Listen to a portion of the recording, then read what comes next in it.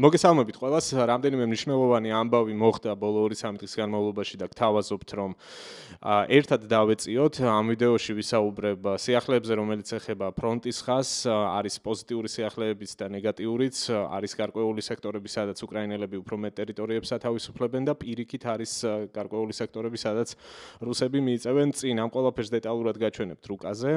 გარდა ამისა, ვისაუბრებ ბოლო ერთი კვირის ყველაზე ცხელ თემაზე, ასე ვთქვათ, რომელიც ეხება რუსეთის მხრიდან მომდინარე ახალ საფრთხეებს. ახალს პრინციპში ევროპისთვის და ნატოს წევრი ქვეყნებისთვის, თუმცა ამაზე უკვე დიდი ხანია საუბრობს უკრაინის პოლიტიკური ხელმძღვანელობა, პრეზიდენტ ზელენსკიდან დაწყებული. ისინი ამბობენ, რომ ეს ომი არ არის მხოლოდ უკრაინის ომი და ეს ომი პირდაპირ საფრთხეს უქმნის ევროპის უსაფრთხოებას და ამ საფრთხის პირველი ნიშნები ბოლო პერიოდში განსაკუთრებით გამოიკვეთა. მე წინა ეპიზოდში ვსაუბრობდი მათ შორის პოლონეთის საჰაერო სივრცის დარღვევაზე, სადაც საუბარი იყო 25-მდე რუსული წარმოების შორსმოქმედი დრონის გადაფრენას და იქ მათ შორის დასახლებულ პუნქტებში მათ ჩამოგდებას.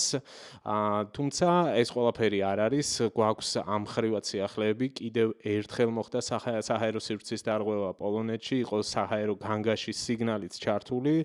ეს პირველად შეიგრძნეს, ასე ვთქვათ, აი ამ რუსეთ-უკრაინის ომის მიმდინარეობისას პოლონეთის მოქალაქეებმა თავად ეს საფრთხე, რომელიც საკმაოდ ხმამაღლა ჟღერს და ეს უკრაინის მოქალაქეებისთვის უკვე 3 წელიწად ნახევარზე მეტია, ძალიან ნაცნობი ამბავია, ხო? და ასევე უნდა ვისაუბროთ კიდევ ერთ ნატოს წევრ ქვეყანაზე, რუმინეთზე, რომლის მზადყოფნაც ბრჭყალებში ასევე გამოსცადა ამ შემთხვევაში რუსეთმა. დაახლოებით 24 საათია გასული, მას შემდეგ რაც რუმინეთის საჰაერო სივრცეც დაარღვია დრონმა. როგორი იყო პასუხი აი ამ კონკრეტულ შემთხვევებზე და ასევე როგორი არის ნაბიჯები ნატოს მხრიდან აი ამ ყველაფერზე ვისაუბრებ ამ ეპიზოდში, რას აკეთებენ ისინი, რომ აჩვენონ მზადყოფნა. ასევე ვისაუბრებთ იმაზე, თუ რას აძლევს რუსეთს ეს ყველაფერი, რატომ წამოიწყეს ეს ახალი თამაში, რას ტესტავენ და რა შედეგები უნდათ რომ მიიღონ. ჩავხედოთ რუკაზე და პირველი პოზიტიური სიახლე უნდა გაგაცნოთ, რომელიც ეხება სუმის ოლქს. აქ მნიშვნელოვანი წინსვლა აქვს ერთ-ერთ სექტორზე უკრაინის შეიარაღებულ ძალებს და ისინი ძალიან ახლოს არიან, რომ გავიდნენ აი ამ ნაწილში, ანუ სუმის სექტორზე დასავლეთ ნაწილში, უკვე სახელმწიფო საზღვართან. ცოტათი უკან გადავიდეთ, ხო, ჯერ ვნახოთ ბოლო 24 საათის განმავლობაში რა მოხდა. ხედავთ აქ ლურჯ მონიშნავს, სადაც უკრაინის შეიარაღებული ძალების ყოფნა დასტურდება და წითელ მონიშნავს, სადაც მოწინააღმდეგე არის განლაგებული. 13 სექტემბერს ასეთი მოცემულობა იყო და უკვე 14 რიცხვში გვაქვს ეს სურათი. ანუ ამ წერტილიდან, სადაც ყველაზე მეტად სიღრმეში იყვნენ აი ამ ზონაში რუსი სამხედროები შემოსული, ამჟამინდელ პოზიციებამდე, მანძილი რომ გავზომოთ დაახლოებით 3 კილომეტრამდეა, 2 კილომეტრი და 800 მეტრზე მეტი, ანუ ეს არის პრინციპში წინსვლა, რაც აჩვენა უკრაინის შეიარაღებულმა ძალებმა ბოლო 24 საათის განმავლობაში და აქვე დასავლეთ ნაწილშიც შენიშნეთ, რომ არის გარკვეული ზონა, რომელიც გაათავისუფლეს მათ აი ამ სოფელთან ახლოს. პრინციპში შეიძლება ითქვას, რომ კოსტიანტინივკა, ეს სოფელი უკვე მთლიანად არის მოწყვეტილი დანარჩენ ზონას, რომელსაც აკონტროლებენ რუსი სამხედროები და დიდი ალბათობით უკრაინელებს არ უნდა გაუჭირდეთ, რომ ახლო მომავალში ის მთლიანად გაწმინდონ და აი აქ სუმის ოლქში ფრონტის ხაზზე, ანუ დასავლეთ ნაწილში გავიდნენ უკვე სახელმწიფო საზღვარზე და ეს იქნება ცალსახად დიდი წარმატება მათთვის და შემდეგ უკვე დარჩება ეს აღმოსავლეთის მიმართულება, სადაც ასევე განაგრძობენ ისინი, როგორც ხედავთ, საკუთარი პოზიციების გამყარებას. სუმზე რა შეიძლება ითქვას კიდევ არის ის, რაც პრინციპში წინა ვიდეოებში ჩვენ არაერთხელ აღვნიშნეთ, სუმში შეასუსტა, ასე ვთქვათ, რუსეთის შეიარაღებულმა ძალებმა მათი იქ ყოფნა იმ გაგებით, რომ რამდენიმე ელიტური დანაყოფი მათ გადაისროლეს დონეცკის მიმართულებაზე, რომელიც არის ყველაზე აქტიური ზონა, ასე ვთქვათ, ყველაზე ცხელი ზონა ამ ომის მიმდინარეობისას, განალაგეს სუმიდან გადმოსროლილი დანაყოფები აქ, ასევე ხერსონიდან გადმოსროლილი დანაყოფები და აი ამ ასე ვთქვათ, უპირატესობით ამ შემთხვევაში კარგად სარგებლობენ უკვე უკრაინელები, როგორც ხედავთ და სუმში მიიწევენ წინ. შემდეგი სიახლე, რომელიც უნდა მოგიყვეთ ფრონტის ხაზთან დაკავშირებით, ეხება კუპიანსკს, ხარკოვის ოლქს, სადაც გარკვეული წინსვლა ფიქსირდება რუსეთის მხრიდან და მანევრები. აი ეს არის 11 რიცხვის მონაცემით 11-ში ასეთი მდგომარეობა იყო და უკვე დღეისათვის, ანუ 14 სექტემბერს ასეთი მოცემულობა გვაქვს. აქ ორი სხვადასხვა მიმართულებით განვითარდა რუსების შეტევა და ცდილობენ ისინი, რომ მანამდე დაკავებული პოზიციები დაიბრუნონ, ასე ვთქვათ. იქიდან გამომდინარე, რომ ეს ზონა, რომელიც ახლა ნაცრისფრად არის მონიშნული, მთლიანად ეკავათ ორიოდე კვირის წინ რუს სამხედროებს, შემდეგ იყო უკრაინელების კონტრშეტევა და გაწმინდეს ეს ტერიტორიები. ამჟამად ეს ზონა მონიშნულია ნაცრისფრად, თუმცა ისინი ცდილობენ, რომ დაიბრუნონ, ასე ვთქვათ, პოზიციები და შეამზადონ მორიგი შეტევები უშუალოდ ქალაქის მიმართულებით. მათი ერთ-ერთი სტრატეგიული ამოცანა არის კუპიანსკის აღება. იმისათვის, რომ კუპიანსკზე გაზარდონ წნეხი, რუსი სამხედროები სხვადასხვა მეთოდებს იყენებენ, მათ შორის ძალიან უცნაურსაც. ამ შემთხვევაში ერთ-ერთი მეთოდის შესახებ მოგიყვებით, რაც უკვე დადასტურდა შესაბამისი კადრებითაც და აი ამ კადრებს გაჩვენებთ ახლავე. ესე იგი, როგორც გაირკვა, მათ შეიმუშავეს ახალი ტაქტიკა და იმისათვის, რომ ქალაქს მიუახლოვდნენ, იყენებენ მიწისქვეშ განთავსებულ მილებს. არ ვიცი დაზუსტებით რა ტიპის ინფრასტრუქტურაზეა საუბარი, აქ არის საკანალიზაციო მილები თუ გაზმომარაგების თუ სხვა, თუმცა ფაქტია, რომ ეს მილები არის ცარიელი, აღმოაჩინეს, რომ მათი მეშვეობით შესაძლებელი არის, რომ ქალაქს მიუახლოვდნენ და როგორც ეს წყარო ყვება, Deep State-ის წყარო არის ამ შემთხვევაშიც, რიგ შემთხვევებში საუბარია რამდენიმე ათეული კილომეტრის გავლაზე ამ მილების გამოყენებით. ანუ შემუშავებული არის მეთოდებიც, ამ მილებში ჩააქვთ, როგორც გაირკვა, საკაცეები, რომელიც სპეციალურად არის აღჭურვილი ბორბლებით, წვევიან ამ საკაცეებზე და მიგორავენ მილებში, მარტივად რომ ახსნა. და იქიდან გამომდინარე, რომ 3-4 დღე ჭირდება, ასე ვთქვათ, A პუნქტიდან B პუნქტამდე მისვლას დანიშნულების ადგილამდე, ისინი იყენებენ ასეთ მეთოდსაც, რომ პირობითად პირველი, რომელიც ჩადის მილში, თან მიაქვს ზედმეტი საკვები, რომელსაც გზად ტოვებს შემდეგი წამომსვლელისთვის და ისინი ჩერდებიან ამ ადგილებში, იკვებებიან და უკვე აგროვებენ ენერგიას, იღებენ საჭირო ენერგიას იმისთვის, რომ გზა გააგრძელონ. ფაქტია, რომ საარისკო გზა არის, საერთოდ არ არის გამორიცხული, რომ რადგან ამ კადრს იღებს დრონი ამ შემთხვევაში, რომელსაც თქვენ უყურებთ, ეს ნიშნავს იმას, რომ უკრაინის დაზვერვამ ეს მარშრუტი უკვე აღმოაჩინა და არ არის გამორიცხული, რომ აქ უკვე შემდეგში, როდესაც ვინმე გამოვა, ჩასაფრება მოუწყონ. თუმცა ერთი ფაქტია, რომ უკვე მოახერხეს ამის გამოყენება და არ ვიცით ჩვენ რამდენად აქტიურად იყენებდნენ ამას, ვიდრე მისი აღმოჩენა მოხდებოდა, ხო?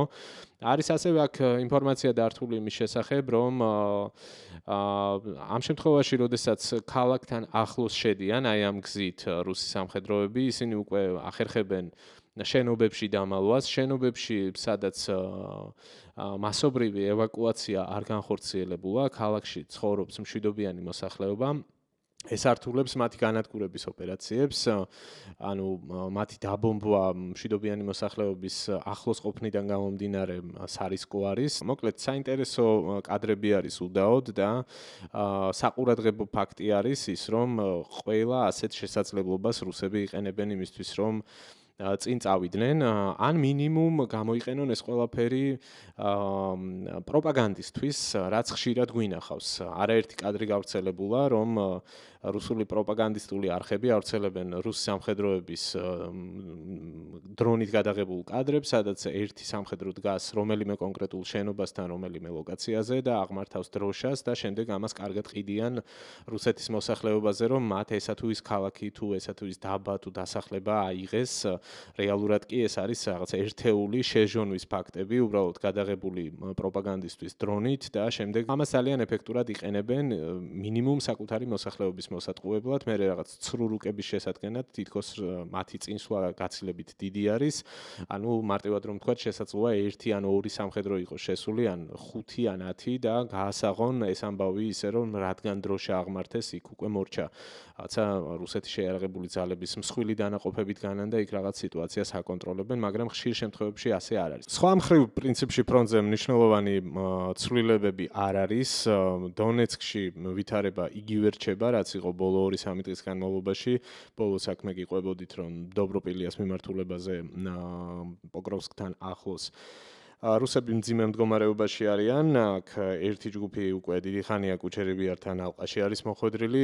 მეორე ჯგუფიც თითქმის ალყაშია, რომელიც იდეაში ცდილობს, რომ პირველი ალყაში მოხვედრილი ჯგუფის წევრები გადაარჩინოს, როგორმე განახორციელოს გარღვევა ამ შეტევის მიმართულებით, რომელიც ისრით არის აღნიშნული, თუმცა ისინი თავად მოყვნენ აქ პრაქტიკულად უკვე ალყაში, მას შემდეგ რაც ძალიან კარგი დარტყმები განახორციელეს აქ უკრაინელმა სამხედროებმა. ეს არის მეორე ჯგუფი და მესამე უფრო მოზრდილი ჯგუფის ალყაში მოქცევის პერსპექტივაც არის, თუ აი ამ ბოლო სურათით ვიმსჯელებთ, ამაზეც პრინციპში წინა ვიდეოში მე თქვენ გიყვებოდით და აქ ამ ეტაპზე მნიშვნელოვანი ცვლილებები არ არის, ისევ გრძელდება აქტიური საბრძოლო მოქმედებები და ბოლო პრინციპში ცვლილებები, რაც ფიქსირდება ფრონტზე, ეხება დნეპროპეტროვსკისა და დონეცკის ოლქის ადმინისტრაციულ საზღვართან მიმდინარე პროცესებს. აქაც არის გარკვეული წინსვლა რუსეთის მხრიდან და ამას გაჩვენებთ. ახლა აქ არის მინდვრები, როგორც ხედავთ, არაფერი განსაკუთრებული სტრატეგიული ობიექტი მათ არ აუღიათ, თუმცა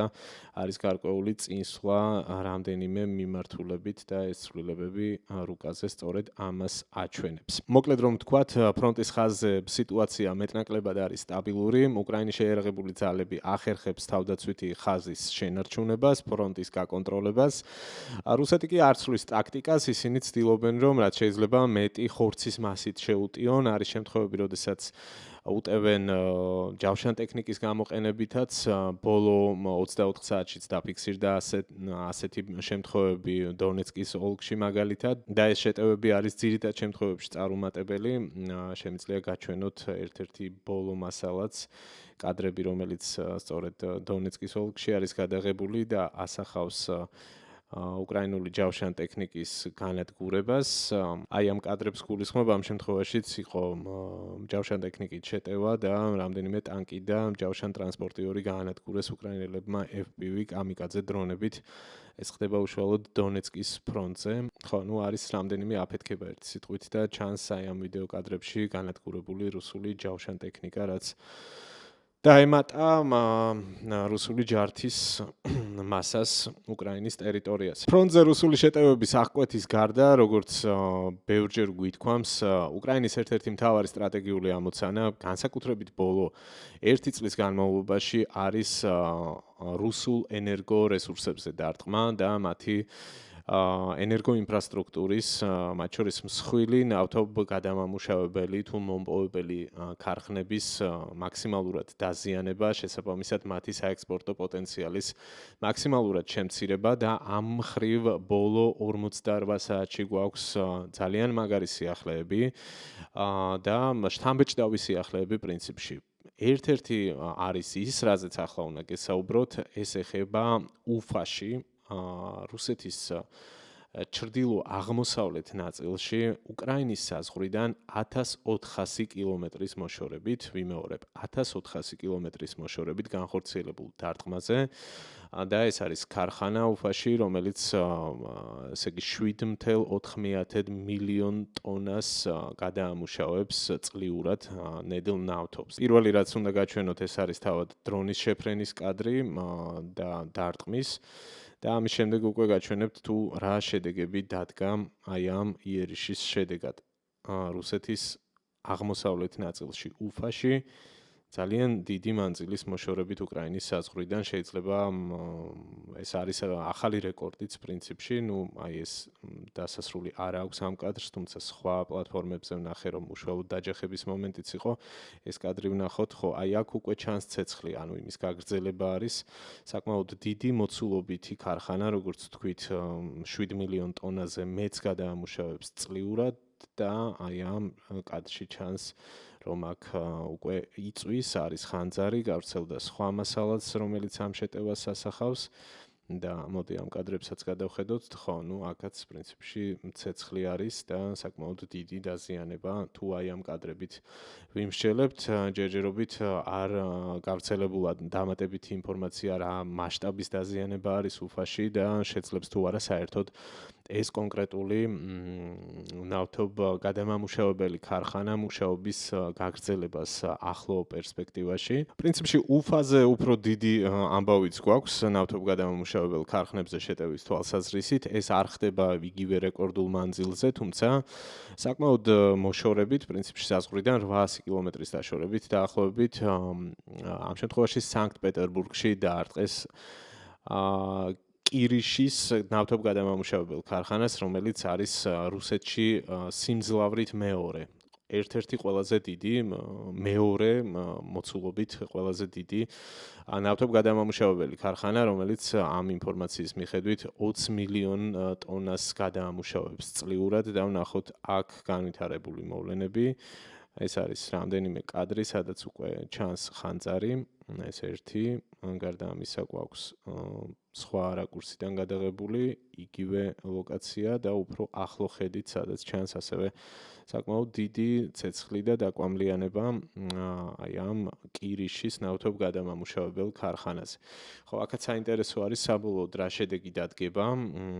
კიდევ ერთხელ ვიტყვი, რომ იყო შემთხვევები, მათ შორის მე ჩაწერილი მაქვს 2 კვირის წინ ერთ-ერთი ეპიზოდი, სადაც საუბარი იყო იმაზე, რომ აი ამ გამუდმებული დარტყმების შედეგად საერთო წარმოების, საერთო წლიური წარმოების მოცულობის 21%-ით შემცირება მოახერხეს უკრაინელმა დრონის ოპერატორებმა აი ამ წარმატებული დარტყმების შედეგად და იყო შემთხვევები, როდესაც რამდენიმე ქარხანამ განუსაზღვრელი ვადით შეაჩერა ნავთობის გადამუშავება და წარმოება.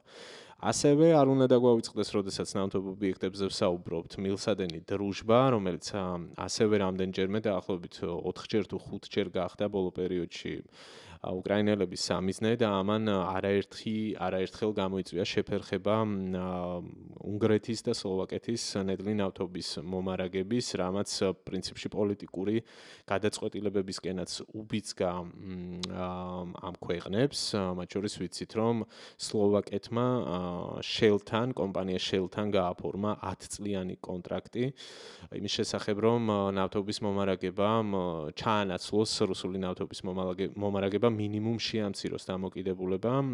ოფიციალური მონაცემებით სლოვაკეთის დამოკიდებულება არის დაახლოებით 95% რუსულ ნედლ ნავთობზე და უნგრეთის შემთხვევაში 80%-ზე მეტი არის დამოკიდებულება.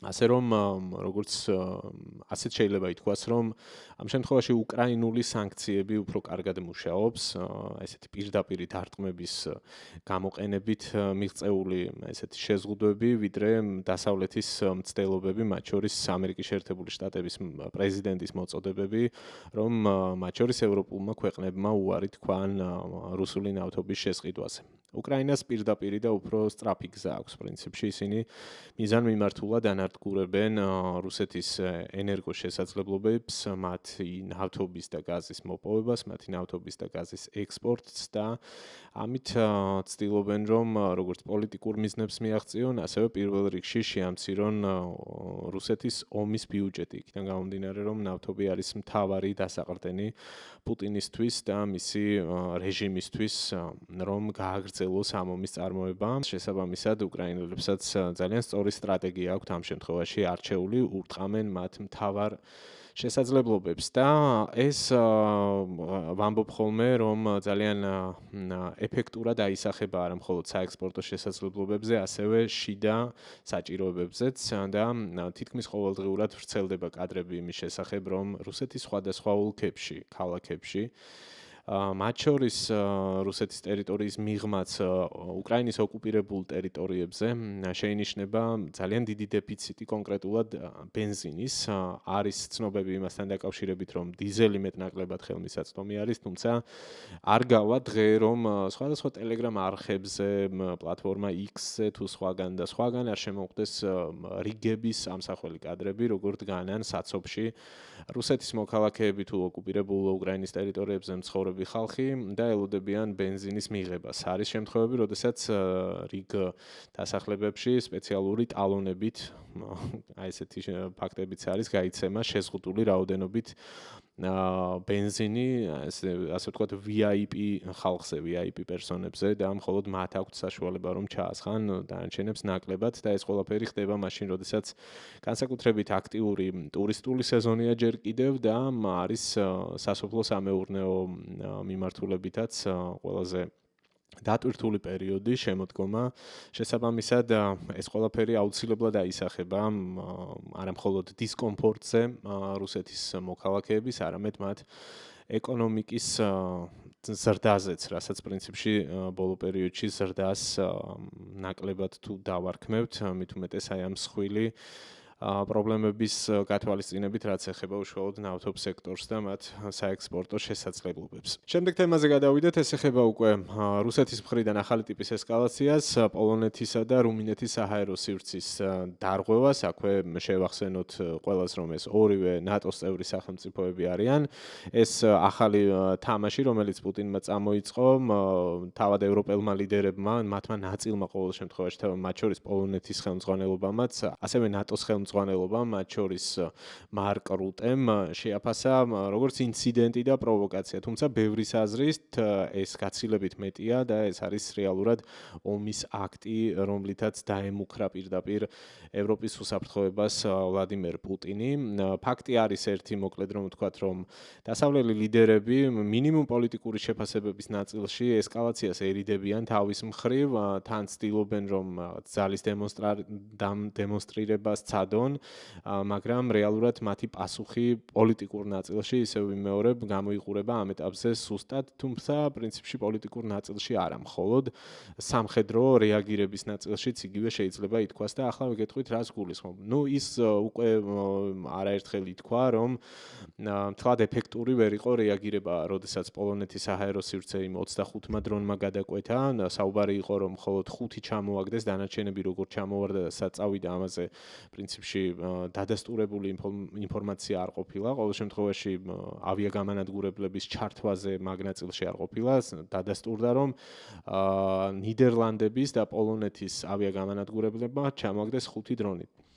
ამის მიღმა ამბავი არის ესეთი, რომ მხოლოდ ამ ერთი შეტევით არ დასრულდა ყველაფერი, უკვე ერთი დღის შემდეგ კიდევ დაფიქსირდა პოლონეთის საჰაერო სივრცის დარღვევა და იყო ცნობები, რომ მათ შორის ლუბლინის აეროპორტიც იყო დახურული ამ ამბის გამო, ისმოდა პოლონეთის ქალაქებში საჰაერო განგაშის სიგნალიც და ამ შემთხვევაშიც არ არის ცნობები რა ბედი ეწია ამ შემთხვევაში რუსულ დრონს, რომელმაც გადაკვეთა პოლონეთის ტერიტორია და აქაც არ მთავრდება ყველაფერი, გაგრძელება ბოლო ნიუსზე, ასე ვთქვათ, ბოლო სიახლე, რომელიც აი ამ ტიპის პროვოკაციებს, ბრჭყალებში პროვოკაციებს უკავშირდება. ეს უკვე ხდება რუმინეთის ტერიტორიაზე. რუმინეთში, სადაც შეფრინდა ერთი დრონი რუსული და აქ ამ ამბავს აქვს ძალიან საინტერესო გაგრძელება.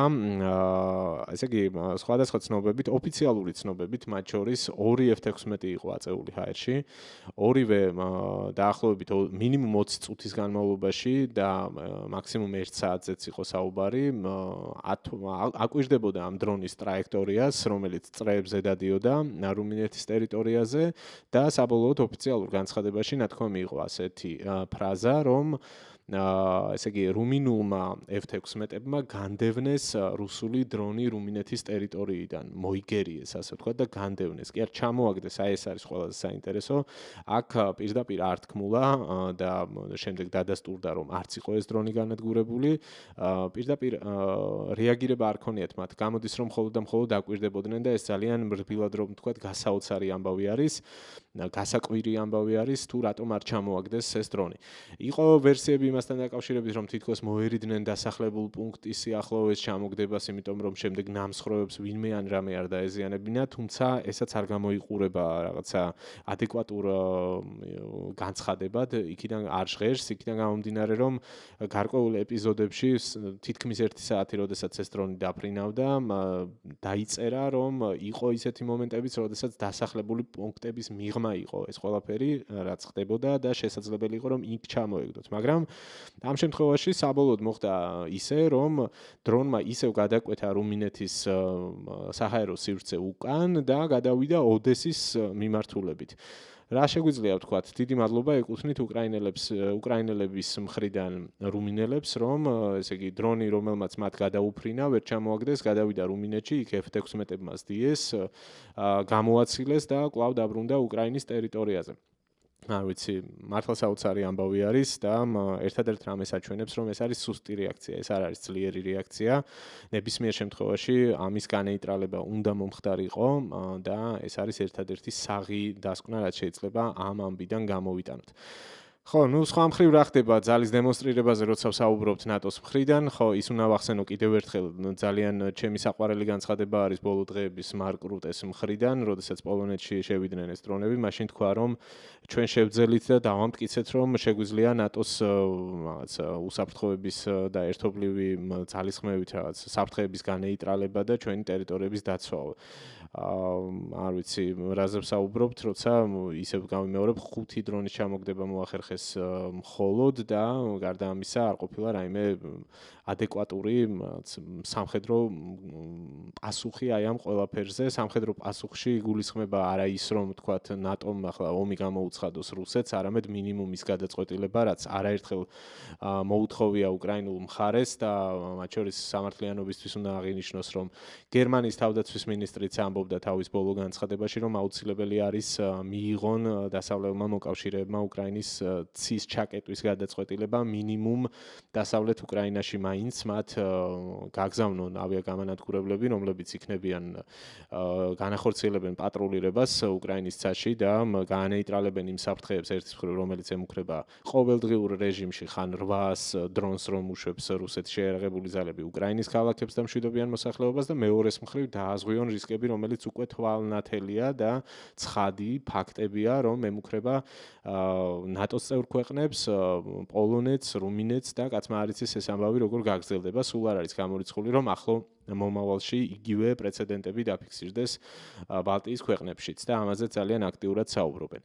აი ამ ყველაფრის მიღმა, რაც პრაქტიკულად გააკეთა ნატომ და გააკეთეს დასავლელმა მოკავშირეებმა, არის ის, რომ რუსეთის და ბელორუსის ერთობლივი წვრთნების პარალელურად, რომელიც მიმდინარეობს ბელორუსის ტერიტორიაზე, ასევე რომელიც მიმდინარეობს კალინინგრადის ტერიტორიაზე, მათაც წამოიწყეს სამხედრო სწავლება, რომელშიც მონაწილეობს რამდენიმე 1000 სამხედრო მოსამსახურე, სხვადასხვა ცნობებით, ესე იგი, მათ შორის უკრაინის დაზვერვის სამსახურის ინფორმაციით, რუსების და ბელორუსების მხრიდან წამოწყებულა ამ სწავლებაში, რომელსაც ქვია დასავლეთი 2025, 13000 სამხედრო მონაწილეობს, აქედან 3000 არის რუსი და 10000 არის ბელორუსის სამხედრო ძალების წარმომადგენელი, ასევე მცირე ჯგუფები არის ესე იგი ირანის და ბანგლადეშის შეიარაღებული ძალებიდან, რომლებიც იღებენ ამ წვრთნებში მონაწილეობას. აქვე უნდა აღინიშნოს, რომ ამ სამხედრო სწავლებაში წესით მონაწილეობა უნდა მიიღოს სომხეთსაც, თუმცა ეს არ არის პირველი შემთხვევა, როდესაც სომხეთმა უარი განაცხადა რუსეთის და ბელორუსის მონაწილეობით სამხედრო წვრთნებში ჩართვაზე და ეს ცალსახად დადებითი მისასალმებელი სიგნალი არის. მოკლედ, წვრთნები მიმდინარეობს, მათ შორის აჩვენეს კადრები კალინინგრადში გადაღებული, სადაც ისკანდერის ტიპის რაკეტები და გამშვები მოწყობილობები იყო და ესაც იყო კუნთების თამაში და ძალის დემონსტრირება, პირდაპირ მუქარის დემონსტრირება, ამ შემთხვევაში პირველ რიგში ბალტიის ქვეყნების მისამართით, პოლონეთის მისამართით თუ რუმინეთის, იმიტომ რომ ისკანდერის დაფარვის ზონას თუ გავითვალისწინებთ, თავისუფლად წვდება ყველა ამ ტერიტორიას, რომელიც ჩამოთვალეთ და ხო, საპასუხოდ, როგორც ვთქვით, ნატომ წამოიწყო წვრთნები, რომელიც პრინციპში შეიძლება ითქვას, რომ არ არის რიცხობრიად მცირე. საუბარია იმაზე, რომ დაახლოებით ესე იგი 30000 ჯარისკაცი იღებს მონაწილეობას პოლონეთის მიერ წამოწყებულ სწავლებაში, რომელიც უშუალოდ პოლონეთის ტერიტორიაზე მიმდინარეობს.